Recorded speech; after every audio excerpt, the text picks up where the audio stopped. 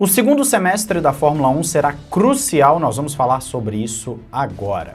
Olá, amigo do Ressaca Motor, seja bem-vindo a mais um vídeo, eu sou Matheus Pucci. Quero começar esse vídeo falando sobre o jogo da Fórmula 1, o jogo oficial que está sendo lançado hoje, dia 27 de maio, se você comprou a versão icônica, ou então se você tem a assinatura do EA Play, você também está tendo acesso a 5 horas do jogo para poder testar. Eu tenho a assinatura do EA Play, joguei uma corrida em Melbourne agora há pouco antes de gravar esse vídeo, uma corridinha de 5 voltas, dei algumas voltas também antes da corrida, e eu quero falar para vocês exatamente o que eu percebi logo de cara com essa pequena experiência no novo jogo da Fórmula 1. A gente sabe que o 24 foi bem fraquinho, eu particularmente não sou um fã da franquia já há alguns anos, né? Eu gostei mais ali do 2010, desses da Codemasters. Mas jogando no controle e no PlayStation 5, eu ainda não montei o meu volante, eu posso dizer logo de cara o seguinte: a gameplay melhorou consideravelmente. O carro está mais pesado, você sente mais o carro, a gameplay ela tá um pouquinho mais pesada e lenta, o carro não tá dando aquelas ricocheteadas típicas de jogo de arcade, né? Aqueles jogos mais casuais. Então eu gostei de sentir mais o carro, de ter ele mais na mão, de poder ter mais previsibilidade nesse carro e também sentir que no controle eu tô tendo um pouco mais de controle do carro por si só. Devo dizer também que eu reparei que a tal tecnologia LiDAR que eles estão colocando como sendo um grande chamariz para o jogo, que eles escanearam as pistas, trouxeram também uma ambientação melhor. E como eu joguei em Melbourne, eu ainda não consegui jogar nas outras pistas, eu vou jogar mais tarde depois de um compromisso.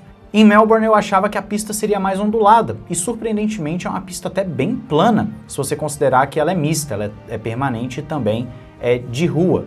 E outro ponto interessante é que a ambientação ao redor do circuito está muito bem feita, me deu uma imersão maior do que em outros jogos recentes da Codemasters. Eu achei isso muito legal, eu prezo muito por essa imersão no jogo, eu gosto muito desse tipo de coisa, e uma das coisas que me faz gostar tanto do F1 2010 era a imersão extra-pista que ele tinha, tanto ao redor da pista quanto também no modo carreira extra-pista, era muito legal.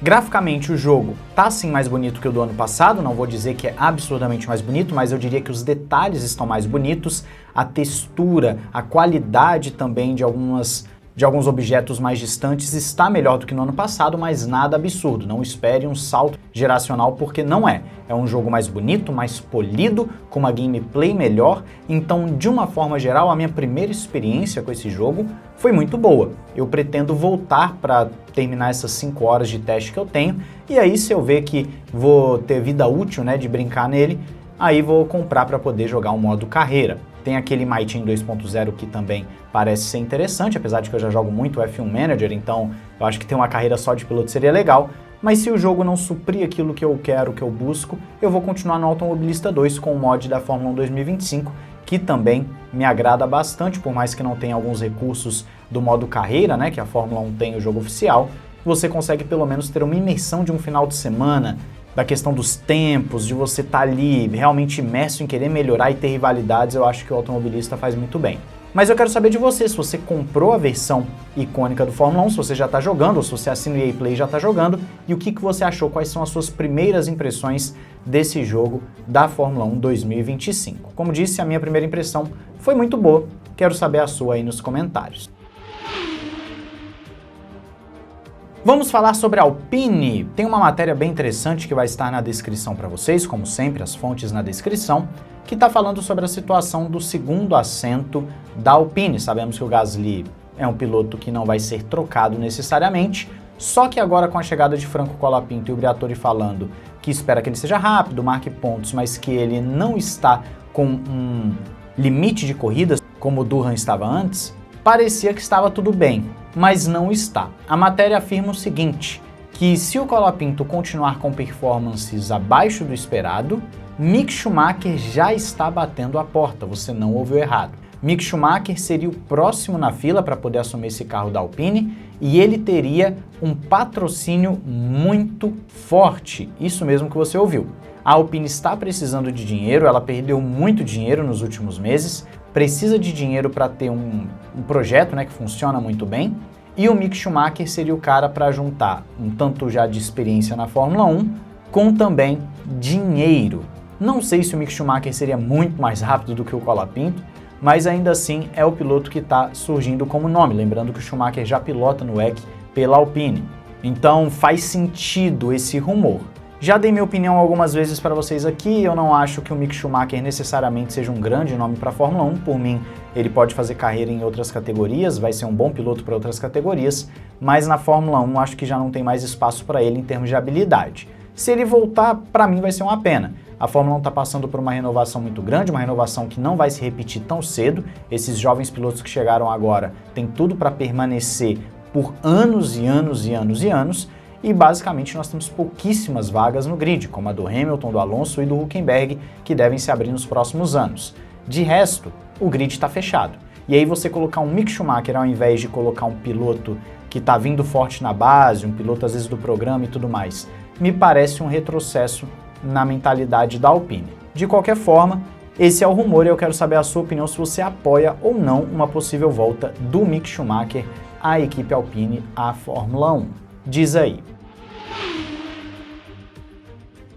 Vamos encerrar este vídeo falando sobre a virada que terá a Fórmula 1 em Silverstone, isso porque Silverstone será o primeiro palco do segundo semestre da Fórmula 1 e, como bem sabemos, quando muda o semestre você tem também a modificação do tempo de túnel de vento, né, dos testes aerodinâmicos, melhor dizendo. Vou passar para você aí uma tabelinha do que está acontecendo neste momento. A McLaren é a que tem menos tempo de túnel de vento, né, de desenvolvimento, de teste aerodinâmico. A Ferrari vem em segundo, Red Bull em terceiro, Mercedes, Aston Martin, Alpine, Haas, Racing Bulls, Williams e Sauber, ou seja, de acordo com aquilo que acabou o campeonato do ano passado. Só que na virada do semestre agora vai ter uma nova tabela de acordo com os construtores daquele momento. E por que que vai ser crucial, conforme matéria que você confere no Fórmula 1 na análise técnica, as equipes estão de olho justamente no tempo a mais de túnel de vento que elas podem ter para desenvolver o carro de 26, já que o carro de 26 também entra nesse desenvolvimento aerodinâmico escalonado. E quem se daria bem nessa brincadeira, que é a capa do nosso vídeo? A Ferrari. Por quê? Porque atualmente ela é a quarta força e das quatro principais equipes, ela seria a que teria mais tempo para desenvolver, mais recursos para desenvolver o seu carro de 2026. Pode ser um trunfo, a gente está vendo que desde que foi implementado as equipes tendem mesmo aí se juntando mais rapidamente. E a gente não pode esquecer da Aston Martin, que é a equipe que pode dar o salto. Chegou a Adrian Newey, eles têm recursos, têm fábricas novas, instalações novas. A Aston Martin também pode se beneficiar disso, já que ela está mais atrás no campeonato de construtores e vai ter mais tempo ainda, entregando ao Adrian Newey mais tempo para ele poder desenvolver o seu carro. Ou seja, Silverstone inicia uma guerra diferente, uma guerra que possivelmente não terá mais atualizações para a temporada 25, e sim todo mundo focado em 2026. E quem tiver atrás quando chegar a Silverstone vai acabar tendo uma vantagem de desenvolvimento para o ano que vem. Coisa meio doida, né? Aí você bota a Audi, por exemplo, Sauber, nesse bolo também. Eu quero saber a sua opinião sobre isso aí nos comentários. Não esqueça de se inscrever e ativar o sininho para não perder nada, entrar nos nossos parceiros aí embaixo. Um grande abraço, valeu e falou!